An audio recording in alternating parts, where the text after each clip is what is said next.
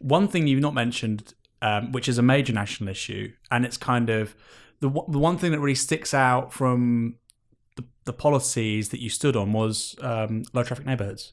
So for most people, they would say, well, and you do talk openly about the climate crisis, and you say we have to address it and clean air, etc. But they would say, well, if you're serious about the climate crisis and clean air, and tens of thousands of people die from air pollution every year in this country, then surely we would have low traffic neighbourhoods and we would be driving fewer cars. Sure. So why was that a central part of your campaign? Sure. I'll tell you why. First of all, I want for my children, my grandchildren, a clean air. I want my children to live long and my grandchildren to live healthily. So having a carbon neutral borough and a world where carbon dioxide isn't a problem is important to all of us, the future of the planet. But we have to be realistic.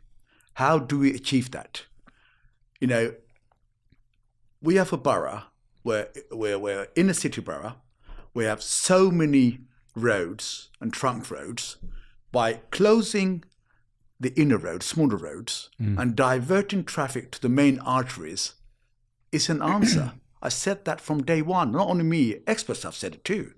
I can see what's happening. What it has done, it has diverted traffic from the smaller inner state roads into the bigger arteries, as a result of which there's more traffic.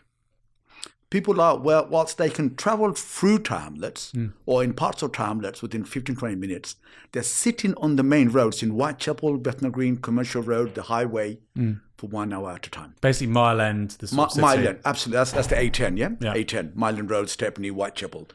They're sitting in there for a far longer period than they would if the other roads were open. They whiz through, yeah?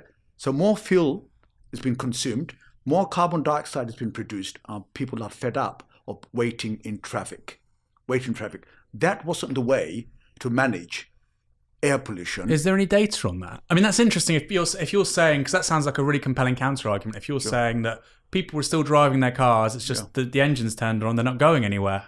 Believe is there me, any data on that? Because that's really. I'm sure there is. I'm sorry if I can't quote you the data. That's fine. But I talk to you from my experience. Yeah. And let me say this to you on a practical level. See, in a city borough, a lot of our residents are Uber drivers. It's for necessity for the living, for the earning. That's a really compelling answer, because for me, I like low traffic neighbourhoods. In the abstract, I think they can often work. I think often they're implemented poorly. And the problem then is, obviously, when you have a new idea and it's executed badly, then people don't like it anymore. So it's better to not do anything at all than do something poorly. But what you're saying with the specifics of Tower Hamlets is really interesting, that actually lots of people from the borough are drivers, and these are the people whizzing, the more affluent people from other boroughs, maybe Islington, maybe Hackney, maybe elsewhere in London. They might get that Uber once a month, and it's part of their quote-unquote low-carbon lifestyle because they don't have a car.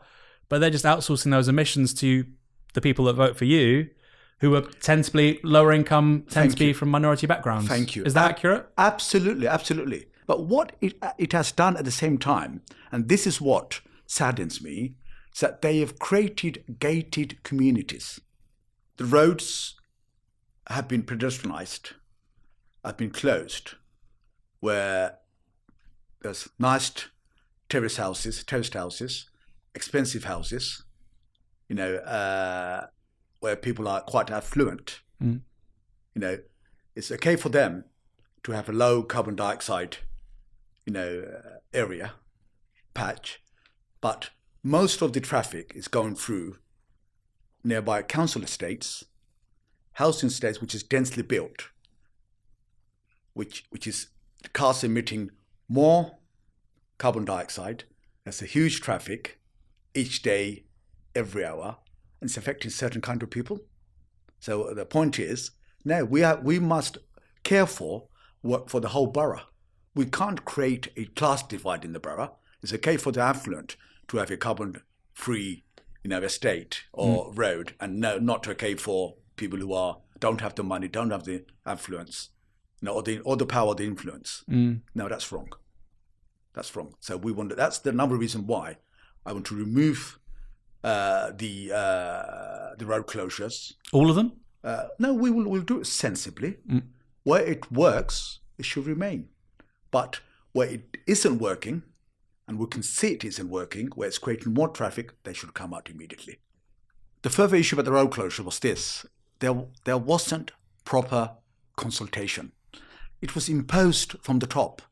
The council had set aside millions of pounds closing roads in the pretext of reducing carbon dioxide, but it didn't work. It created more traffic, created more carbon dioxide, and people's time was spent in sitting in the cars with the engine on.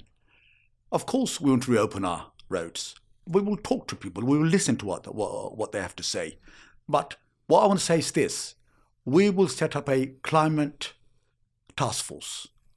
We want to look at how we can offset the roads opening by instituting innovative green policies, environmental friendly policies, where they will come up with ideas, with policies which could seriously have an effect in reducing carbon dioxide in the borough.